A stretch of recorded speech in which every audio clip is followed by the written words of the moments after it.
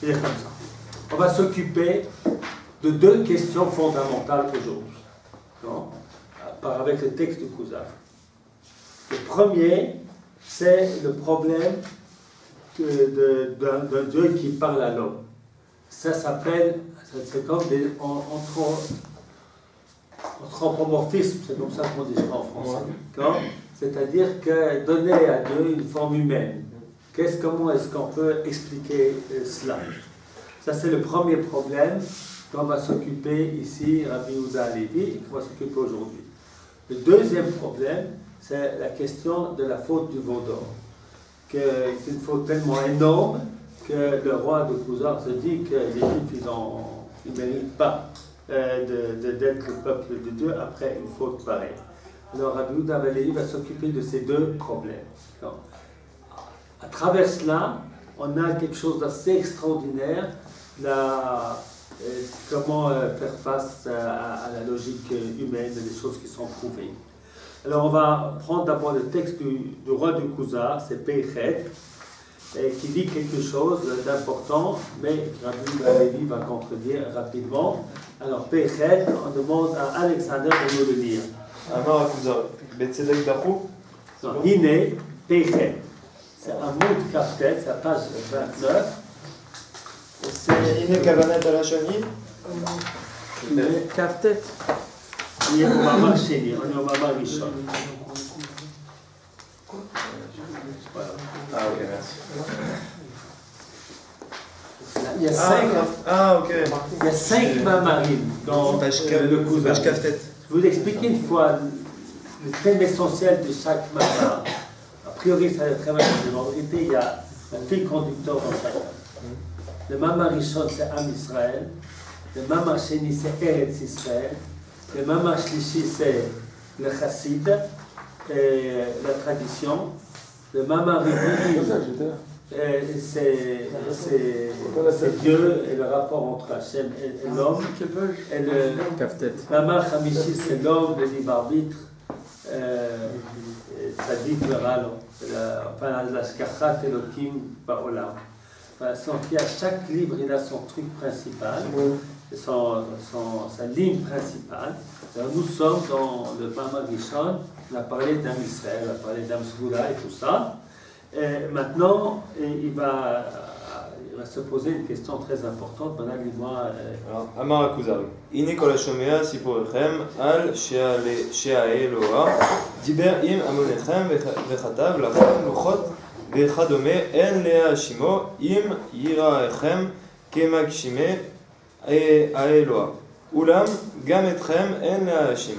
שערי אפשר לכם לדחות עדותם של המעמדים הגדולים הנשגבים שאין להטיל בהם ספק, ולכן תצדקו בהשליכיכם אחרי גבכם את ההיקש ההגיוני ואת העיון השכלי.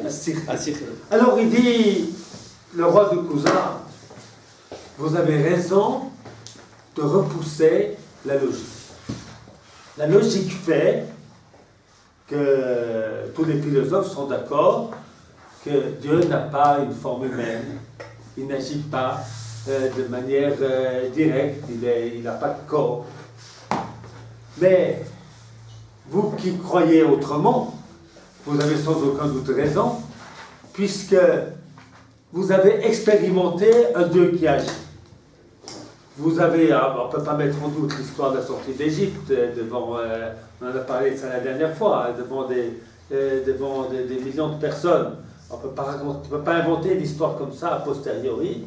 Donc cette histoire est vraie, et si elle est vraie, il s'agit vrai que Dieu agit, et par conséquent, il s'agit vrai que Dieu a des expressions finalement humaines. Alors, Rabbi Yehuda Halevi vient et te dit ta réponse. Elle lui répond, Rabbi Yehuda Halevi. D'abord, ne pense pas que nous, dans le judaïsme, on peut accepter des choses qui ne sont pas logiques. Non. Ça, c'est chez les chrétiens. Ce n'est pas dit directement. Chez les chrétiens, le Père et le Fils et la Mère et le Saint-Esprit, qui sont trois, qui sont un homme qui est Dieu, c'est pas logique tout ça. Mais celui qui croit, il prend des choses pas logiques. Nous, c'est pas comme ça. Ce qui n'est pas logique, la logique, c'est Dieu aussi qui l'a créé. Ce qui n'est pas logique, ça n'entre pas chez nous. Chalila lanu me'el shena'amin banimna b'ma sha'sechel malchiko v'ro'eu kenimna. Il est Khalila, Dieu nous préserve de croire en des choses impossibles et de croire en ce que l'intelligence humaine repousse. Et Achav, et alors il va dire, mais dans les 10 commandements, qu'est-ce qu'on nous dit dans les 10 commandements? Prochaine ligne, tu vas me dire David, voilà. Va'achen, la deuxième ligne de Pété. Va'achen acharei harishona ba'aseret adibrot ba'nitztavinu al ha'emuna ba'elokai ba'u ba'shenia האיסור לעבוד אלוקים אחרים ואיסור... אלוקים אחרים. C'est Elohim, c'est pas Dieu. Elohim ici, c'est les Elohim Achirim. C'est les divinités. אלוהים אחרים ואיסור השיתוף, אבל גם הזערה מלדמות דבר לאלוה, בעשותנו לנו פסל ותמונה זאת אומרת. הרחקה מן הגשמה בכלל. D'abord, dans les 10 commandements, le premier commandement, c'est celui de la foi. Le deuxième, c'est quoi? Ne pas y avoir d'autres dieux. Voilà, ne pas avoir d'image, etc. C'est-à-dire, Shitouf, voilà, associer à Dieu une autre force, comme les chrétiens. Et de manière générale, de voir en Dieu quelque chose d'humain. C'est ce que la Torah nous interdit dans le deuxième des commandements. Oui. Comment c'est qu'on dit que Dieu nous a créé à son image alors? Il faut une très bonne question. Il faut comprendre ce que ça veut dire à son image. Non? Le Rachid dit c'est dans le moule qu'il a confectionné. Mais ce n'est pas à son image. D'accord? Et puis, il y a encore beaucoup de choses à dire là-dessus. C'est de dire aussi que l'homme il a la liberté, l'homme il a une conscience. Oui. Dans cela, il est différent de toutes les autres créatures. Non? Alors, le premier chapitre d'Am de Moré de Bouchim s'occupe de cette question-là. Si tu veux, dans mon livre sur Bréchit, j'ai écrit un livre sur Rachid de Bréchit. Alors, on explique là-bas, Rachid aussi n'a pas voulu donner à Dieu une forme humaine. C'est là. Alors, donc, c'est impossible dans le judaïsme de vouloir donner une forme humaine à Kodesh Baruch Hu, une action humaine. Alors maintenant la question se pose. Voilà, on voit qu'il agit, hein, qu'il parle. Il a écrit sur les tables de la loi. Hein. Alors comment on comprend cela? Alors ici on a un long texte pour expliquer tout ça, on ne va pas le dire en entier. Alors l'explication est très simple. Le Rambam explique aussi d'une manière très, très semblable dans Moré Nouveau. L'explication, elle est, nous disons que Dieu a créé le ciel et la terre. Donc il a créé, il n'a pas dit qu'il avait des mains pour créer le ciel et la terre, sa volonté. Alors, qu'est-ce qui se passe si lorsqu'il a écrit sur les tables de la loi et qu'il a créé la chose qu'il va écrire sur les tables de la loi. La voix que l'on a entendue, ce n'est pas la voix de Dieu. On ne peut pas entendre la voix de Dieu. Est-ce qu'il paraît, la voix de Dieu. Est-ce qu'il paraît, Dieu il a donné les 2 premiers commandements ou les 3 premiers commandements et oui. Après... Alors de nouveau, c'est ça qu'il explique ici, Rabbi Yehuda Halevi. Dieu a donné, il a parlé. Il n'a pas parlé avec sa bouche, machin. Il a créé une voix. Comme il a créé le monde à partir du néant, il a créé une voix. Non? Donc la voix qu'il a créée, ce n'est pas la voix de Dieu, c'est la voix que Dieu a créée. Vous avez compris? Voilà. Alors, ça c'est l'explication qui est donnée ici dans ce paragraphe. Okay? Okay. Alors il lui dit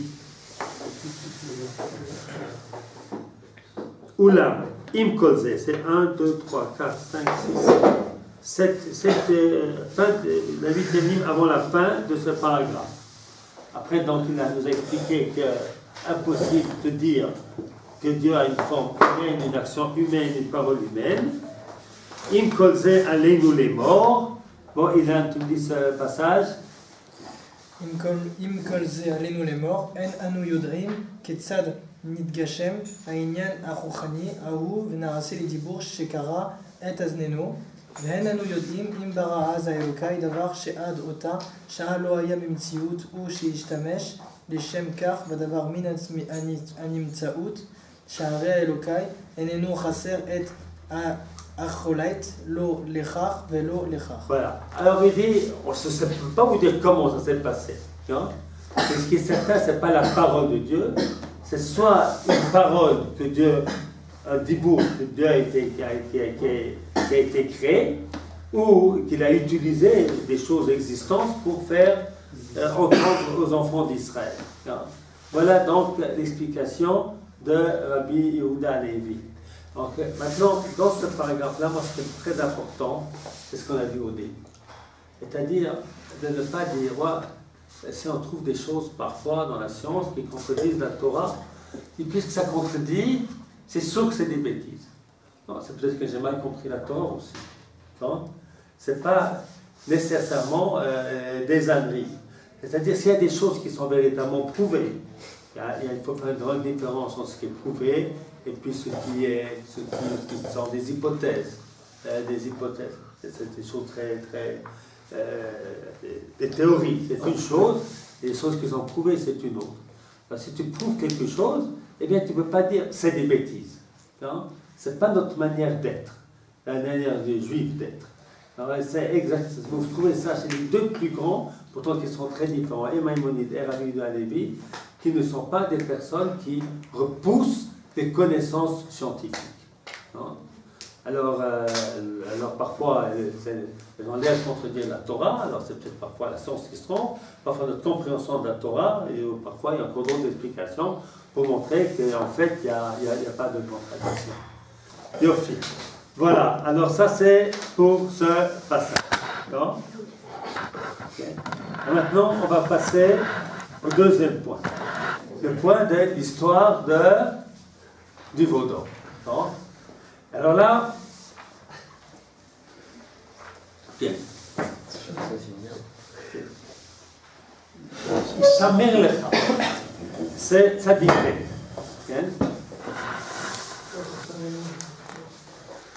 Shamer lecha et chaver. Bon, David, dis-moi, tzaddik. C'est la page Lamed. Shamer lecha et chaver.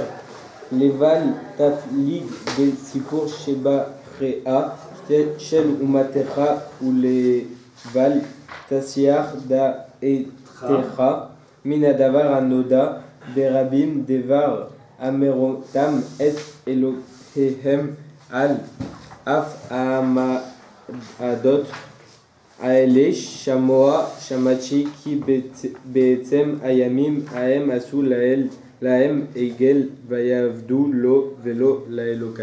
Voilà. Toi, tu m'as parlé, tu m'as dit que c'était l'essentiel de ce mamar, c'est un Israël.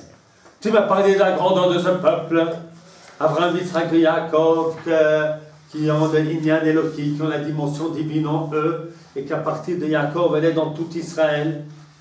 Des très belles paroles, non?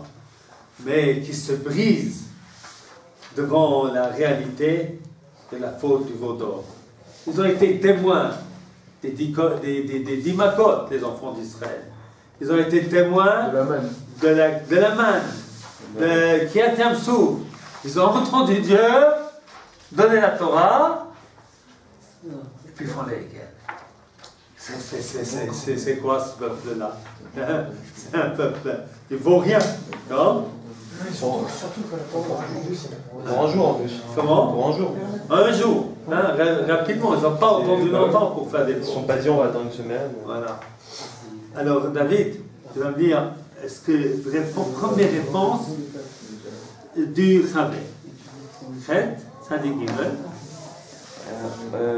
Chet Asher, Ginu, Hem, Atmam, Mitor, Gdulatam, Ged, Gadol, Kiim, Mi, Shechatav, Sepurim. Alors il dit voilà, Qu'est-ce qu'il dit ici, le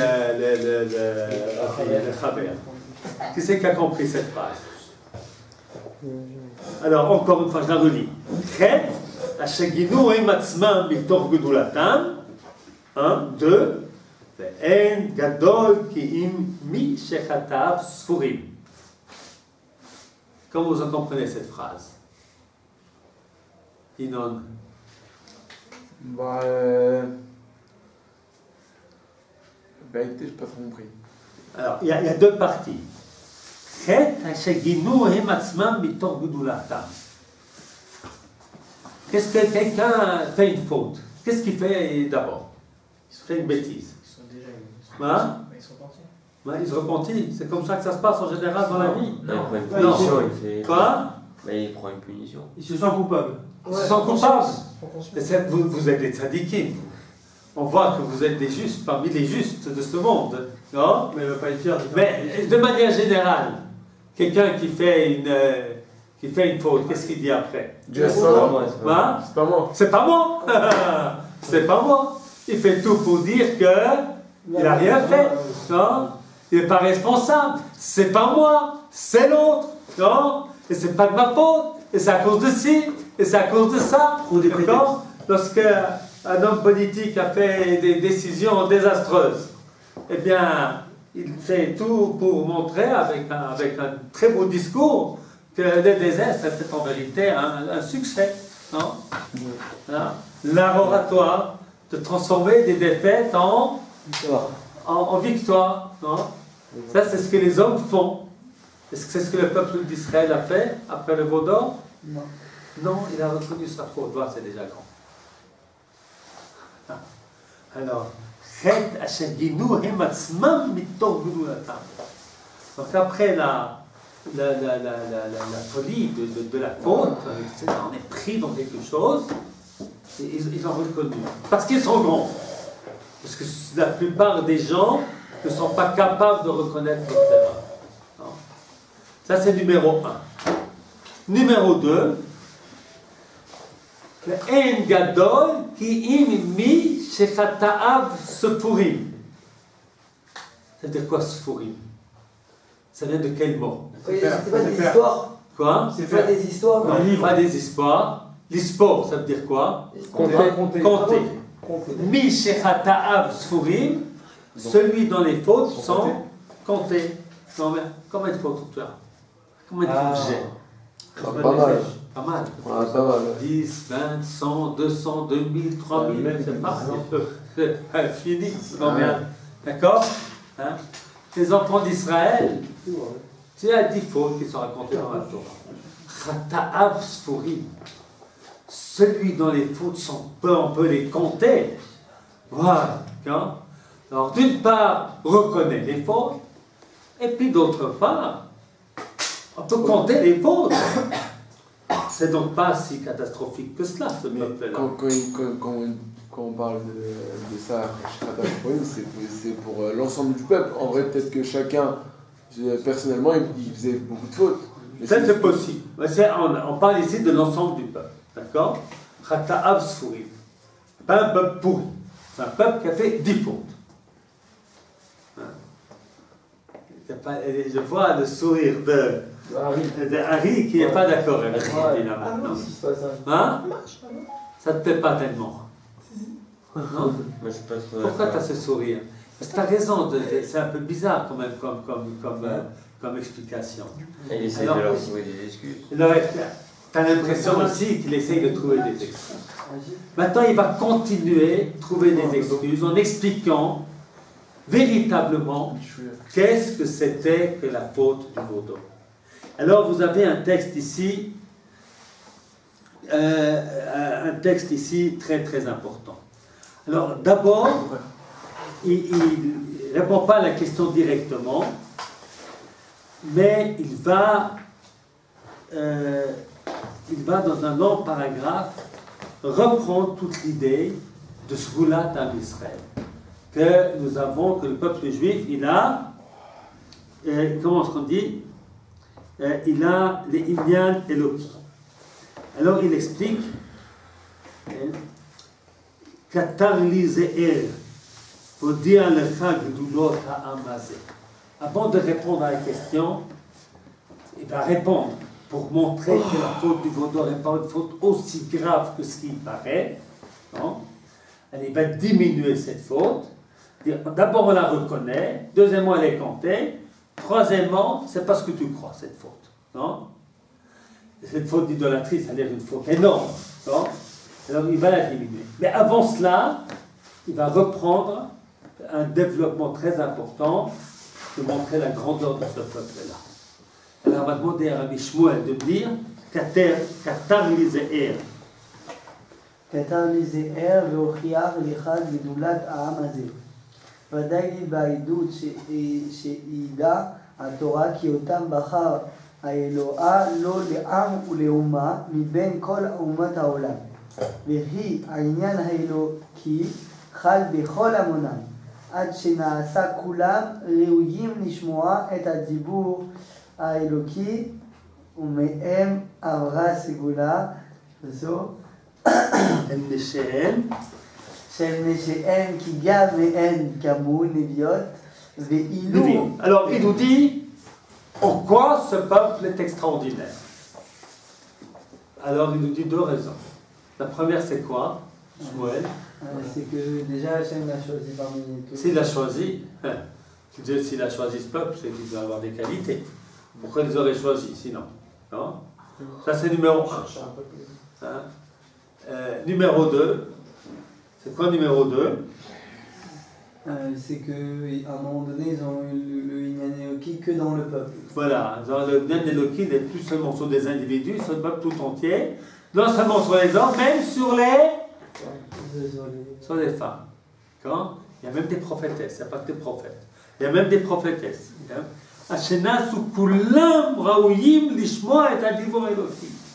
Le mont Sinaï, ce peuple-là était un peuple entier qui était capable d'entendre une parole divine.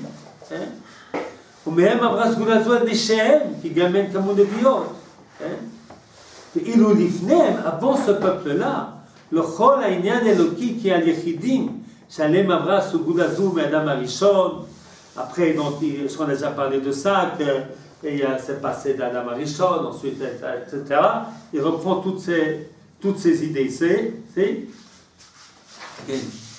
Je vous ai expliqué, je ne me rappelle pas si je vous ai expliqué déjà, comment le Rabbi Yehuda Halevi explique l'histoire des Bnei Elohim qui sont mariés avec Benot Adam dans la fin de Parashat Bereshit.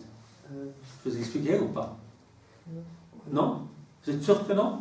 Les anges avec les femmes. L'histoire, le pshat de la Torah, tel qu'on comprend habituellement, c'est des hommes, des anges qui auraient couché avec des femmes. Hein?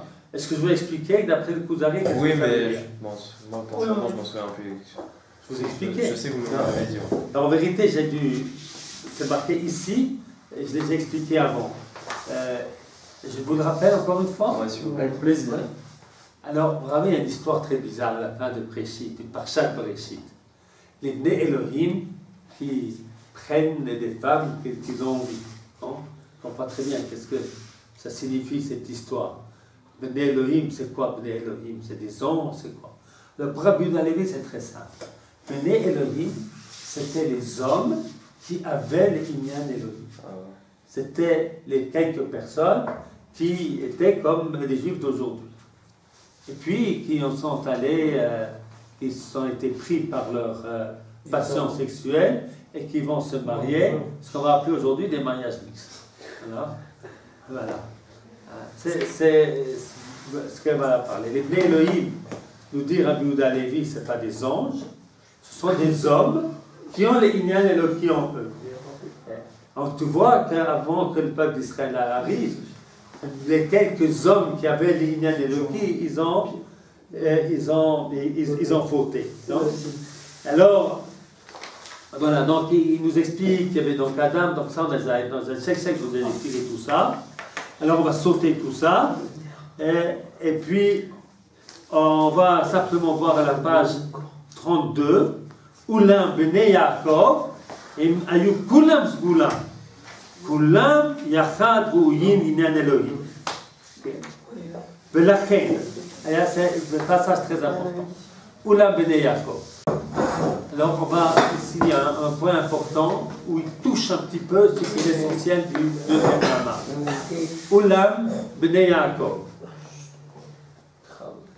Bechavod, Florian. עולם בני יעקב היו כולם סגולה, כולם יחד ראויים לעניין האלוהי, ולכן היה להם המקום ההוא המיוחד בהתגלות העניין האלוהי לנחלה. Zéro. Qu'est-ce qu'il a dit ici dans cette phrase? Les Bnei Yaakov, tous, ils sont porteurs de la dimension divine. Et alors qu'est-ce qu'il ajoute? Ils ont tous profité. Alors, ולכן היה להם המקום ההוא המיוחד בהתגלות העין אלוהי לנחלה. Qu'est-ce que signifie cette phrase? Jonas, ça signifie quoi cette phrase? En fait, j'ai pas trop compris la phrase en fait. Alors, je répète. ולכן היה להם המקום ההוא המיוחד בהתגלות העניין האלוהי לנחלה. המקום ההוא היה להם לנחלה. מה זאת אומרת המקום ההוא? cet endroit-là, היה להם לנחלה. leur héritage. C'est de quel endroit on parle? Quel endroit? Israël, Eretz Israël. La reine, puisqu'ils avaient les Inyan Eloki, eh bien ils ont reçu comme héritage quelle terre? Eretz Israël, Hamiyuchad Bidgalut Inyan Eloki, qui a la particularité d'être la terre où se révèle la dimension divine. Non? Alors il parlera de ça beaucoup dans le deuxième Mama sur la Segula de Eretz Israël. Il y a Segulat Am Israël et il y a Segulat Eretz Israël. Vous avez tout compris? Voilà. Alors il dit, c'est pour ça que les enfants de Jacob vont arriver en Eretz Israël. Après, malheureusement, on va se disputer. On va devoir quitter. Oui? Ok. C'est pas encore plus grave alors si les Israël ils ont le Inyan Elohim qu'ils puissent faire le Goda. Ah, ben t'as vraiment raison. Ok? Ok. Alors, Tzadik Zayin. Comment tu t'appelles David aussi? Alors, tu vois, Tzadik Zayin, c'est la page d'un mètre. Voilà. C'est que là, on a encore un petit peu de temps, quelques minutes. Alors, où il va commencer à expliquer qu'est-ce que c'est que cette faute du vaudor. Amim Kulam Bizman Ahu. Amim Kulam Bizman Ahu Ayu Te Temunat Vilo Baou Philosophim El Chachme Uma Achat Veviu Bifneem Reaya Ardut Elohai Deal Ribonuto I אפשר היה לחכמים העלו בלא שחדו תמונה. Alors il explique le contexte. Lorsque tu parles d'une faute de quelqu'un, quelque chose, quelqu'un, il faut voir dans quel contexte il vit. Hein? Prenez un exemple aujourd'hui. Si tu vis dans une yeshiva, ce n'est pas le même contexte que si tu vis dans l'université. C'est vrai? C'est-à-dire que si tu vas faire une bêtise lorsque tu es à l'université, ça sera moins grave que si tu le fais lorsque tu es éduqué dans un monde de Torah. Non? Maintenant, quelqu'un qui grandit dans une famille de brigands, de la mafia, non?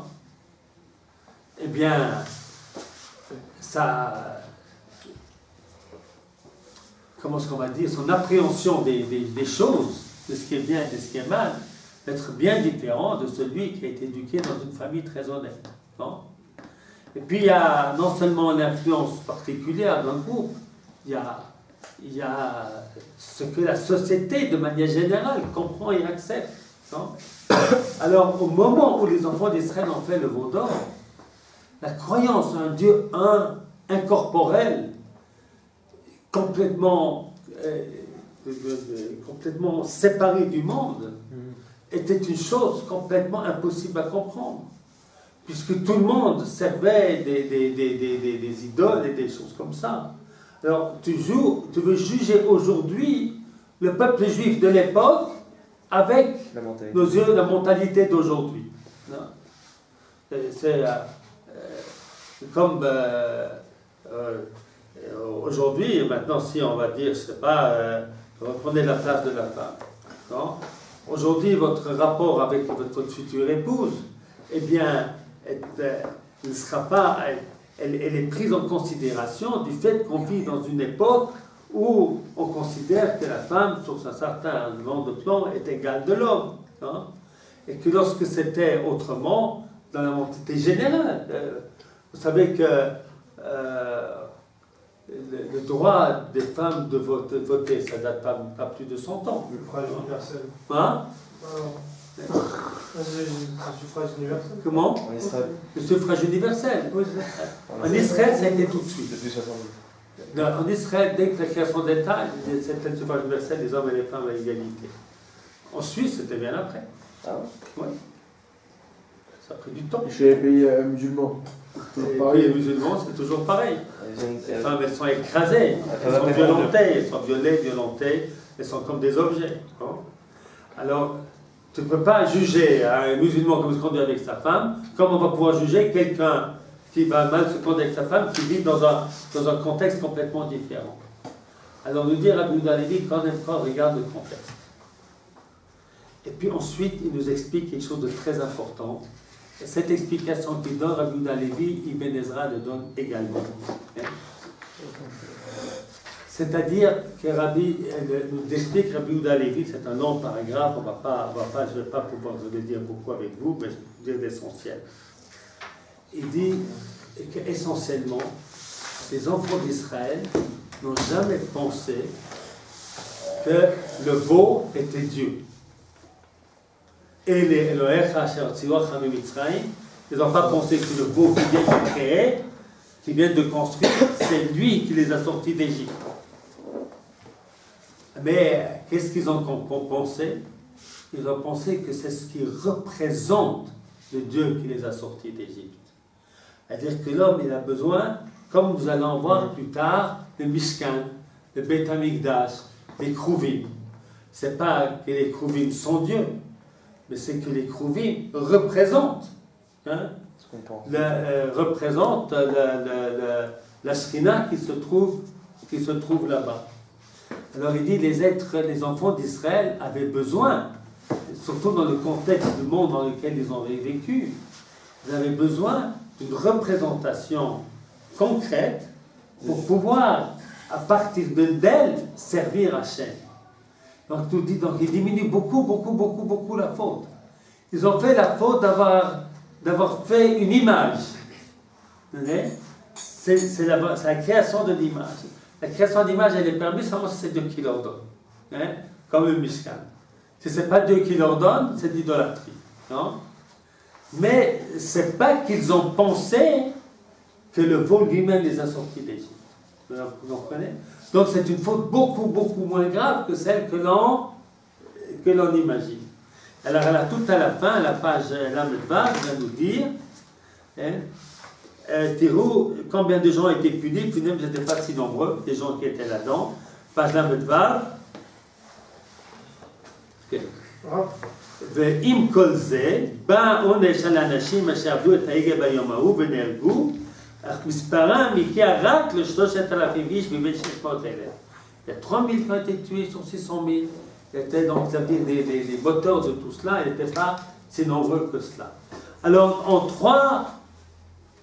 en trois étapes, a diminué Rabbi Yehuda Halevi la faute du veau d'or. La première, elle a été, c'est qu'ils ont reconnu, ouais, c'est des grands personnages. La deuxième, c'est que leurs fautes sont comptées. La troisième, c'est que finalement, le veau d'or, c'est pas ce que tu crois. C'est pas aussi grave que ce que tu crois.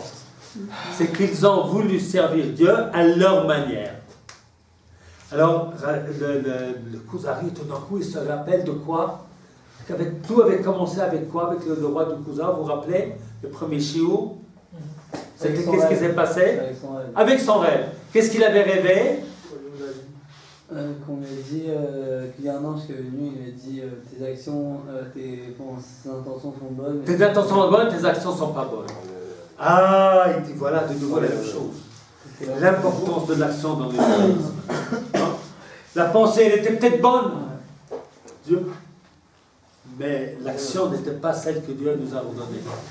Alors on va revenir dans le prochain paragraphe, on va étudier la prochaine fois, que l'homme ne peut arriver au Inyan Eloki que s'il respecte les mitzvot comme Dieu l'a ordonné.